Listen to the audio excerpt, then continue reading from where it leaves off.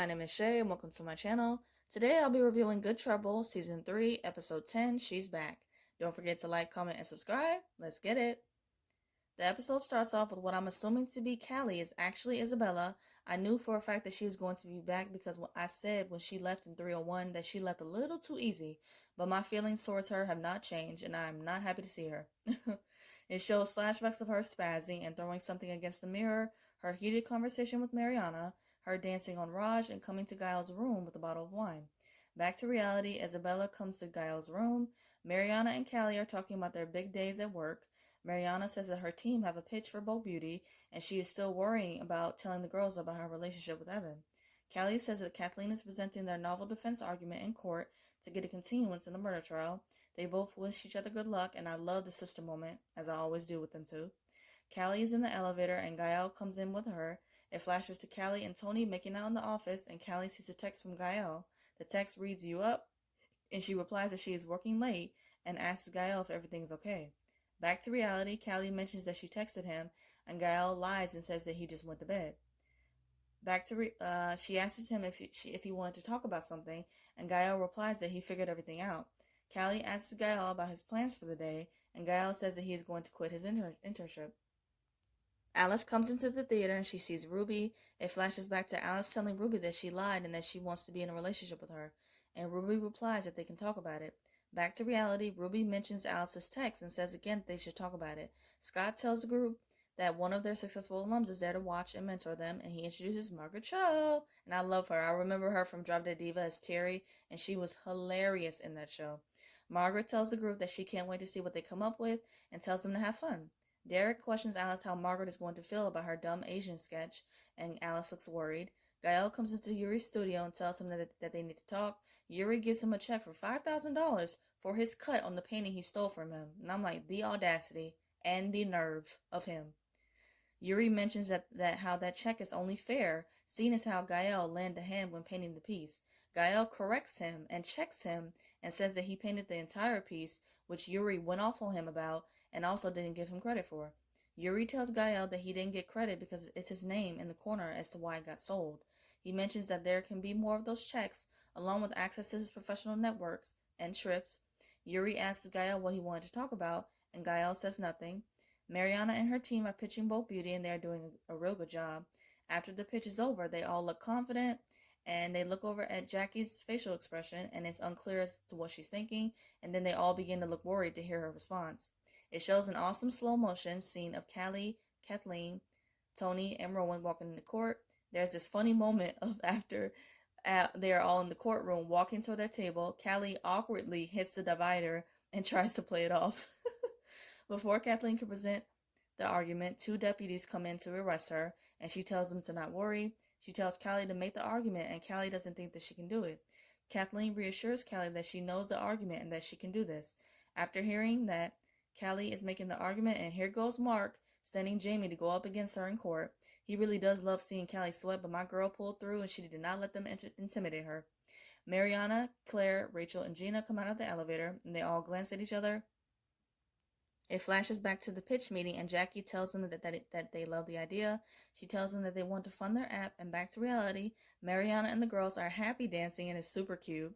Jackie comes over to them and introduces them to their CEO, Vincent. Jackie informs Vincent that she just bought an amazing app from them, and Vincent says that he can't wait to hear about it. At the comedy program, everyone is doing their sketches, and Alice is waiting backstage, nervous, and watching Margaret's reactions. It shows Alice's dumb Asian sketch, and pretty much the sketch is what the title is, and it's so wrong. It shows a shot of Alice on stage, but also in the audience, and she looks over, and she is sad seeing herself portrayed in this way, but more so seeing Margaret and Scott laughing so hard. After the sketch, Margaret claps along with Scott and says that they killed it. At DPN, Malika tells Deontay that Isaac asked her if she wanted to be in a relationship with him. She mentions that she lied to Isaac about wanting to pursue a relationship with him and took him to therapy. Deontay asks Malika about Isaac's response, and it flashes back to the therapy session, and Isaac says that he cannot deal with this, and Malika is an emotional wreck, and I kind of figured that Isaac was going to have that reaction. Back to reality, Malika tells Deontay that if Isaac can't do this, then neither can she. Back in court, Callie is giving the defense and talking about the timestamp and presenting a signed affidavit from the owner of the liquor store. Jamie says that they have no idea if the equipment changed or if it was tampered with. They go back and forth, and Jamie interrupts Callie, and she says, "Excuse me, I'm speaking." Yeah.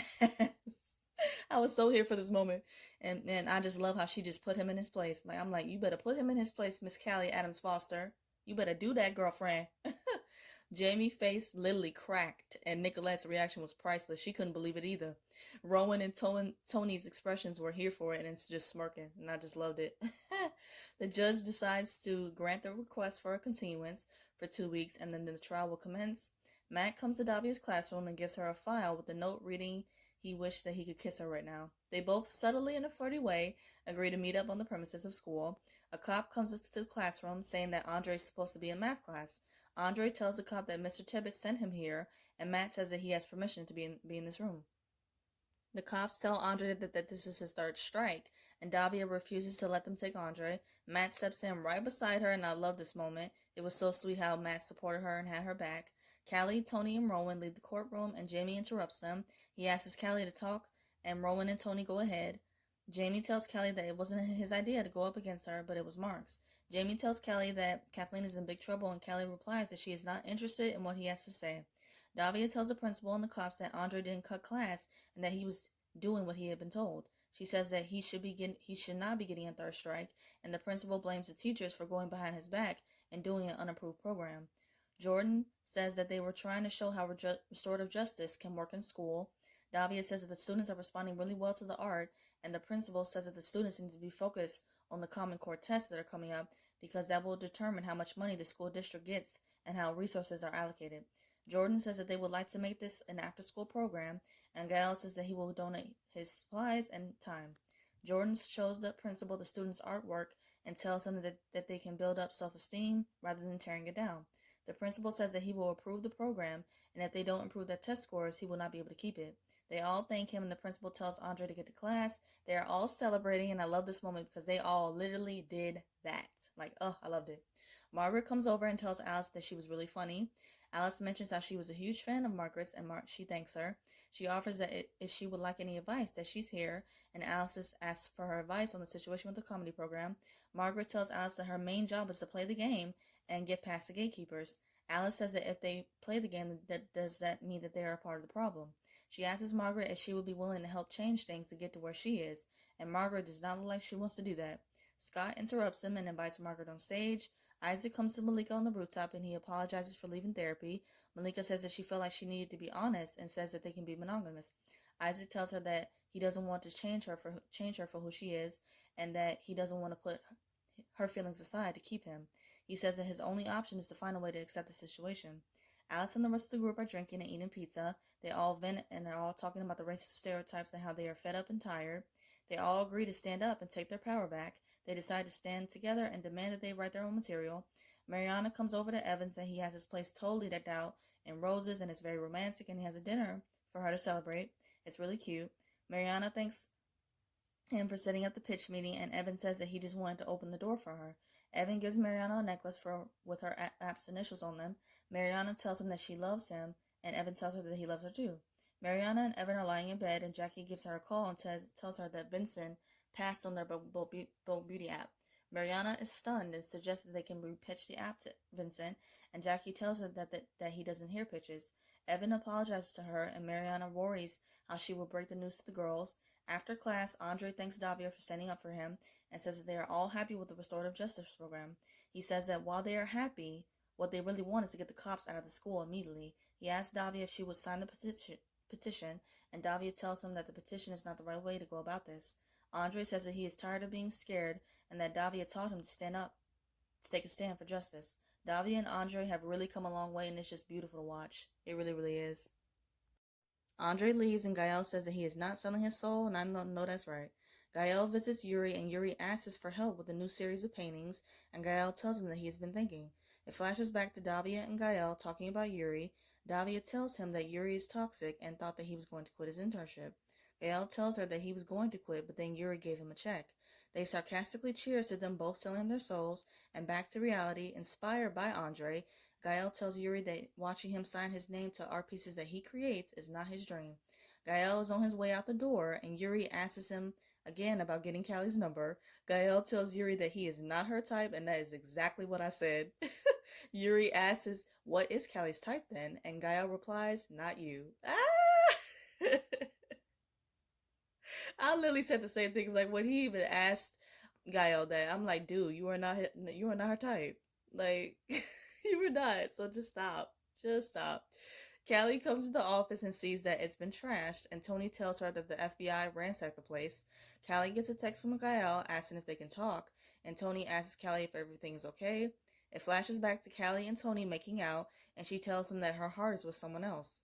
Back to reality, Callie tells Tony that everything is fine. Mariana goes to talk to Vincent about book beauty and says that maybe something got lost in translation when Jackie pitched the app to him. Vincent says that Jackie never pitched the app to him, and Jackie interrupts him. Jackie tells Mariana that after their pitch meeting, she asked around about Mariana and her team and found out about them exposing the gender pay gap at Speculate. Jackie tells her that they have this perception of being troublemakers and that she has to be very careful where she invests the company's money. Mariana tells her that they are not troublemakers nor a mistake, and Jackie has a hard time believing her. Callie shows up at Gael's room and Isabella greets her to Callie's surprise. Gael asks Callie if they can talk later and she agrees. She gets a call from Kathleen and immediately answers. Davia and Matt talk about what they have to lose with signing the petition. They both agree to sign it and they kiss and they are really, really cute. Like, I just keep saying that every time, but they really, really are cute. Like, truly cute. Alice comes to the theater and she learns from the group that Sean was cut. Everyone, including Alice, is feeling some type of way. Alice stands up to Scott and says that if he wants them to do jokes about their identities, then they should be the ones writing the material. Her and Scott go back and forth, and then he asks the rest of the group if they have a problem with the material, and of course it's crickets. And it's sad that I knew when they were all sitting around talking about demanding for change and standing up to Scott that this was going to be the outcome.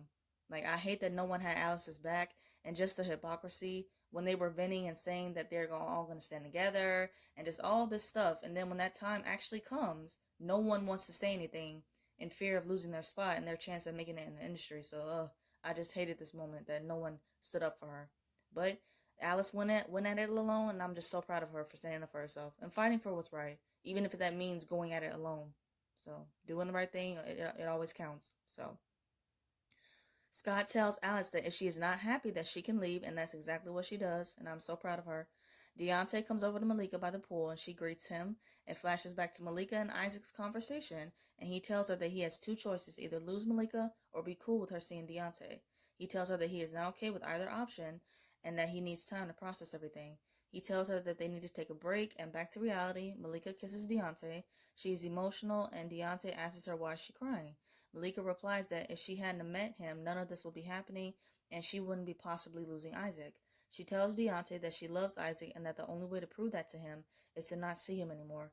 She tells him that the kiss was goodbye and she leaves, and once again, I just hate, emphasis on hate, that the writers did this storyline with Malika and Isaac. Like, they were literally the most stable couple on the show, and you decide to put these two through all of this for what? Like, what was the reason? I don't understand. I don't. Callie comes to Kathleen's office and Kathleen tells her that she wants Callie to be her lawyer. It flashes to Callie visiting Jamie and her asking him more information about Kathleen's investigation. Jamie says that Kathleen was representing a major player in the Chinese mob, Albert Chen, who was being charged with money laundering and racketeering. It looked like Kathleen was going to get Albert off until his wife was going to testify against him. After the wife said that she was going to testify, she suddenly goes missing. He says that they believe that Kathleen is complicit in the wife's disappearance and that she might know where the body is. Callie says that she has a hard time believing this, and Jamie reassures her that after everything, he doesn't want to see her get hurt. Back to reality, Callie asks Kathleen if she had anything to do with the wife's disappearance, and Kathleen asks her if she is her lawyer. Callie sits down, and Kathleen admits to having something to do with the wife's disappearance. Mariana, Claire, Rachel, and Gina are in Mariana's room, trying to figure out what to do next. The three girls are ranting and saying that they let Evan fund Book Beauty. They decide to sue Speculate and Evan for workplace harassment. Mariana tells them that they can't sue Evan because he is her boyfriend. And that is not the way Mariana wanted to come clean about her relationship with Evan, but oh well, that's the way the cookie crumbles. So oh well. Gael apologizes to Callie for her seeing Isabella in his room and says that he was not expecting her. Callie asks him why Isabella was there, and it flashes to Isabella telling Gael that she is pregnant and that is Gael's, and I'm like, wow. My jaw literally hit the freaking floor and I could not believe it. I'm like, what? Man, my head is still spinning.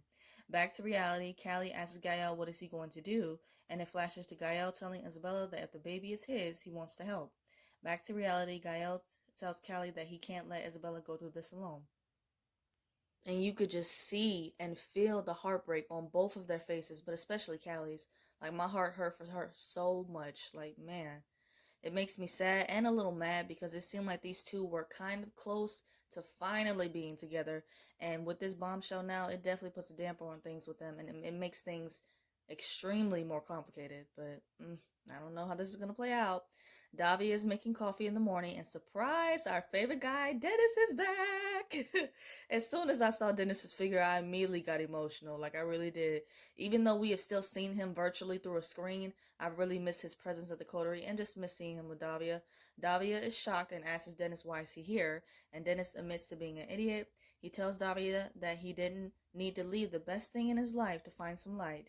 He tells Davia that she is his light, and I'm like, oh, he really got me with that. He really got me with that line, and it was so sweet. Ah. Matt comes out at just the right time and in Davia's robe to make things awkward. The episode ends with Davia introducing Matt and Dennis to each other, and I'm like, yikes! This cliffhanger, man. Like, oh my god. To wrap up this video, I'm going to do two quick things. First, my quick thoughts on the episode. This finale was so freaking good. It was so many things happening and so much going on and so many bombs being dropped that, again, my head is still spinning. With the way things ended, it makes me so excited and anxious to see what will happen for the second half of the season. Second, I'm going to do a quick rapid fire of the episode. So my favorite scene, Dennis coming back. It made my heart so happy, but at the same time, it's so hard because Dennis told Davia that it wasn't fair for him to ask her to wait. But now that she has finally moved on and he decides to come back, that just complicates things so much more. My favorite quote, "You are my light." My Denver heart broke when he said that, and it really did. Favorite duo, Davia and Matt. I always say that these two are cute, but they were especially cute in this episode. And I just loved how Matt had Davia's back in more ways than one. So I'm like, yes, Matt, yes. Favorite look, Callie's straight hairstyle was everything. For the past episodes, we've seen her hair in curls, so I was happy to see the straight look back. Maya Mitchell can rock any look, and she absolutely slays it. My WTF moment, I actually had two for this episode. My first one, no one in the comedy program standing up with Alice and telling Scott the truth. That made me so mad, but I'm so proud of Alice for standing up for herself, and she refused to bite her tongue like the others did out of fear.